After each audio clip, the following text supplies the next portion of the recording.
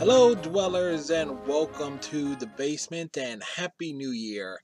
As many of you may know by now, I'm pretty much am limping into 2017 as I try to get done many things that I had scheduled for this week, including this week's comic from the basement review, which is The Rogues, New Year's Evil #1 from DC Comics. So, which leads to the first obvious question for those of you who may not know, who are the Rogues?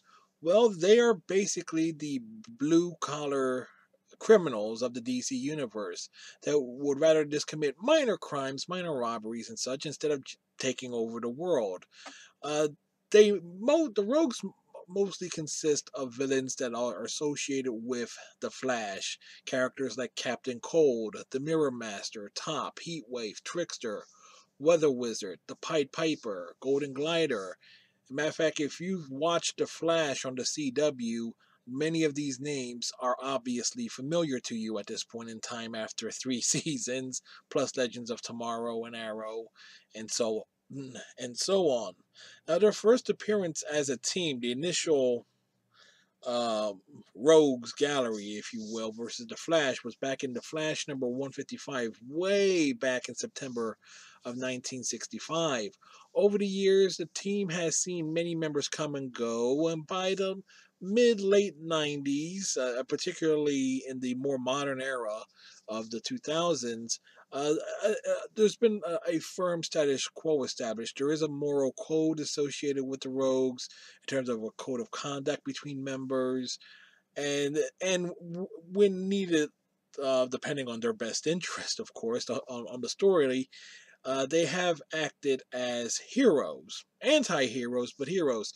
So for those of you who ever wondered why Snart and Mick on Legends of Tomorrow always seem to walk that fine line between good and bad, and they would still end up doing the right thing, it's because these are traits that have been fairly firmly placed within their characters over 40 years of the comics. Although in Mick's case, he's kind of a bit of a more of a screw loose in the comics for the most part. Now, this particular comic is in its own way a conclusion to a story arc that was done back in 1995. DC did this little crossover event called Underworld Unleash, in which Captain Boomerang, Captain Cold, Heatwave, Mirror Master, and Weather Wizard were offered a deal where they can get real magical powers instead of using their tech-based gear by another villain called Abracadabra, in order for who they're to unleash this demon called Neron on Earth, and basically tricking the five in the process. They are killed as they're told to do this one thing, and you can get unlimited power and respect and so forth. And granted, they were not told about the part where they would have to die. And basically, hell was unleashed on Earth for a bit, if I remember the storyline correctly. Neron was eventually stopped, and the rogues were eventually returned to Earth thanks to the Flash, I believe. Now, with that half-assed backstory out of the way as me trying to explain uh, a good 40 years of comic continuity in a short amount of time, let's talk about this week's comic, which actually has the tagline up at the very top of it from the pages of The Flash, for in case anyone wasn't aware of it, and the Rogues New Year's Evil #1, which is, as far as I could tell, is the first time the Rogues ever had their own comic book associated with them. I know over the course of the past 10 years that they've had some trade collections and things of that nature, but this will be the first time they had like their own separate solo title from the Flash. I could be wrong on that.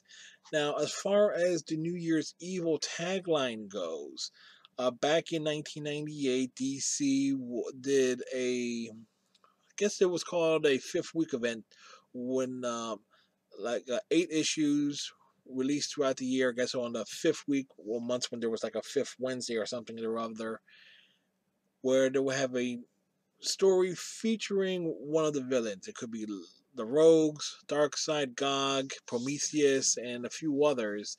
got special solo titles, and I think that fed into something that was leading into 1999. Although I that what that specifically was, I kind of forget.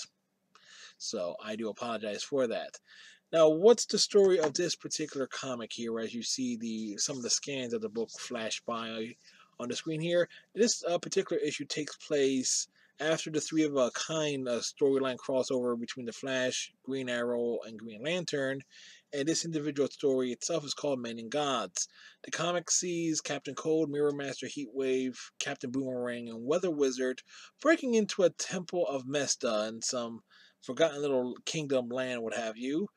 And Heatwave is a bit reluctant because the status of their souls is still rather suspect, and but what they are doing there is that they're looking for a way to keep Neron off their back. And but it turns out the reason why they're really there is all part of the trickster's plan to make sure a son of an old friend of his is kept safe with the help of the Pied Piper, while also um, making up for many of the bad things he's done by getting the souls of some of his associates free and clear. The rogues end up doing battle against Haroon and Neron directly, and thanks to the trickster's plans rather working out, involving the young boy being able to summon a giant spiritual guardian of somewhat that can throw down with Neron. Uh, the trickster's plans work. The rogues get basically are freed and clear from Neron's influence, and the this temple that Neron was interested in is also going to be left alone, with the trickster just making sure that next that he himself will be Neron's next big target, because he basically pwned him, if you will, by just being able to uh, uh, uh, to play to Neron's natural weakness, as he's a demon that always likes to work with the deal, like the devil is in the details, if you will.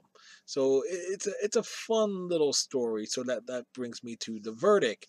The artwork in and of itself is totally fine. The story flows nicely with just enough backstory and details given throughout it, so that anyone who would just grab this issue at totally random, which I admit I kind of did, without really knowing all the circumstances behind it, is able to get caught up. The trickster being established as shown as being somewhat on the side of justice at the time, because he kind of had a loose affiliation with the FBI, and the nice ending with the Heat Wave deciding that he's going to stay behind, break away from the team for a bit, and study a monk because of all the stuff he's seen over the course of the past several years leading up to this comic, goes to show some nice some character development and character growth. Let me see if there's anything else in the notes that I left here. Oh yeah, it's yeah, forgot my thing here.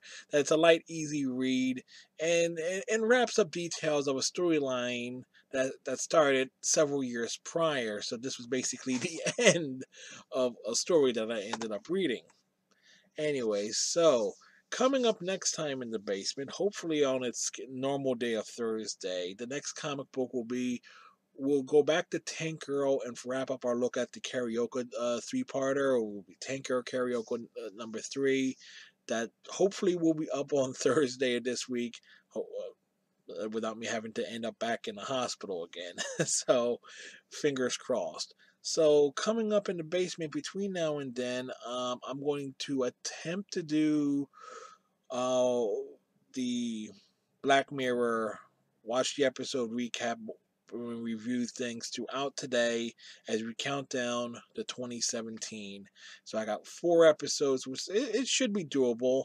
And then if I time it right, we'll wrap up 2016 with the Treks and Voyages, Star Trek Voyager episode 1159, a discussion about that.